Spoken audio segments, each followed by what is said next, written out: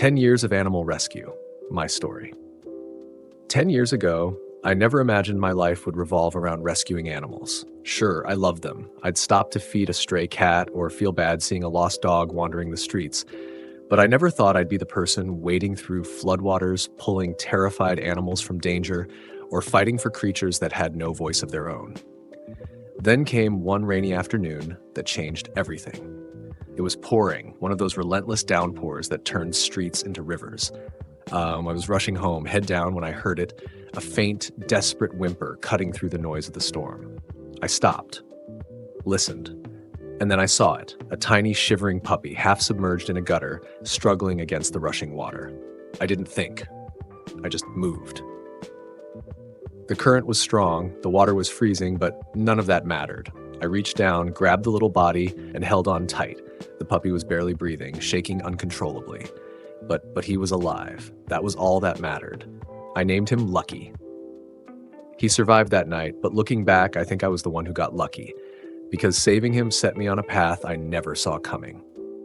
A new purpose. At first, it was just small things, taking in strays, finding them homes, paying for vet visits when no one else would. But the more I looked, the more I saw: the kitten abandoned in a cardboard box, the dog left chained outside in the cold, the terrified animals trapped in shelters, waiting for someone who would never come. I couldn't walk away. I joined a local rescue group, and that's when things really changed. I learned how to properly approach an injured animal, how to administer first aid, how to navigate the heartbreaking world of neglected and abused pets. I started joining rescue missions, breaking up illegal puppy mills, pulling starving animals from disaster zones, taking in creatures who had never known kindness. I saw things I'll never forget. A dog, skin and bones, too weak to stand, still wagging his tail when we reached for him. A cat, frozen with fear, flinching at every human touch because all it had ever known was cruelty. And I saw death. Too many times, I arrived too late. I held animals as they took their last breaths, whispering apologies they'd never understand. And every single time, it broke me.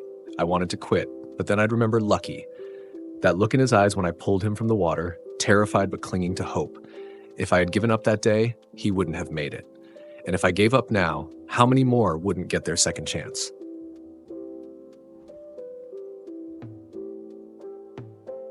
Now, a decade later, I've lost count of how many animals I've rescued. Some of their faces I'll never forget. Some found loving homes, some didn't make it. But every single one of them mattered. This isn't just what I do, it's who I am. Because rescue isn't just about saving animals, it's about giving them something they've never had before.